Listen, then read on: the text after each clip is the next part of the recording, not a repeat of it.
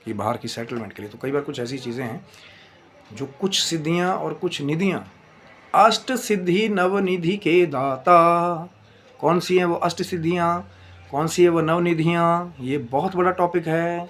और एग्जाम्पल के साथ जब आप बात करेंगे कि कौन कौन सी सिद्धि को, कौन कौन सी निधि को हनुमान जी ने भी या किसी और ने, ज़रूरी नहीं है कि अब वो सिद्धियाँ हनुमान जी तक ही सीमित रहीं, कई और भी ऐसे सिद्ध हुए जो उन सिद्धियों को उन्होंने भी यूज़ किया, बहुत सारे हुए। अब पर हनुमान जी एक जैसे आइडल हैं उन सिद्धियों के लिए, क्योंकि अष्ट सिद्धि नवनिधि के दाता, पहले खुद प्राप्त की, उसके बाद जो भी उनका पूजन करने वाले, जो भी उनका आराधन करने वाले अगर हनुमान जी को प्रसन्न कर लिया, जो भी अपनी भक्ति के द्वारा, भाव के द्वारा, तो फिर हनुमान जी की कृपा से उन्होंने भी उन गुप्त सिद्धियों को और निधियों को प्राप्त किया।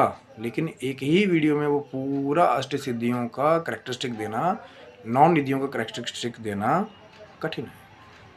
आज तो सिर्फ प्रारूप की बात रही, हनुमान जी के गुरु कौन थे, फिर कौन कौन सी सिद्धियाँ उस गुरु के द्वारा, भगवान सूर्य नारायण के द्वारा हनुमान जी ने प्राप्त की थी।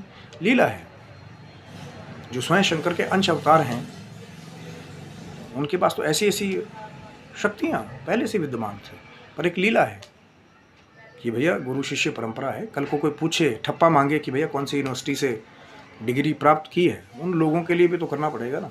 और कई बार ऐसा होता है कि जो बड़े बड़े यूनिवर्सिटियों के नाम ले रहे हैं, डिग्रियों के नाम ले रहे हैं, जब वो प्रेडिक्शन करने में आते हैं तो इंटरनेशनल लेवल पे, नेशनल लेवल पे उनकी प्रेडिक्शनें फेल हो जा रही हैं।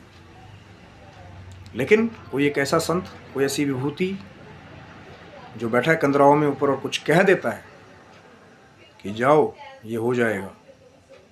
ये नहीं पता कौन सी यूनिवर्सिटी से पढ़े, कभी पढ़े भी हैं कि नहीं पढ़े हैं, देख के तो लग रहा है कभी स्कूल की शक्ल भी ना देखी हो, लेकिन इतना तप है उनके पास, इतना तेज है। ऐसे ऐसे साधु संत पड़े हुए हैं, ऐसे ऐसे साधु संत हैं हमारे हिमालय की कंदराओं में कि जो कह दिया कि जाओ तुम्हारा काम हो गया, वो हो गया।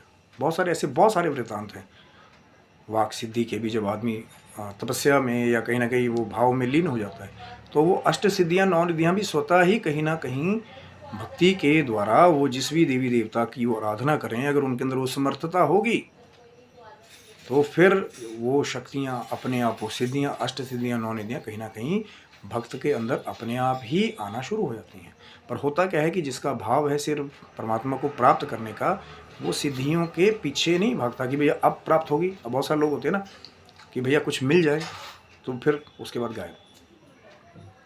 आज जब तक नहीं मिला तो गुरुजी आप ही सब कुछ हैं, गुरुजी आपसे ही सब कुछ है।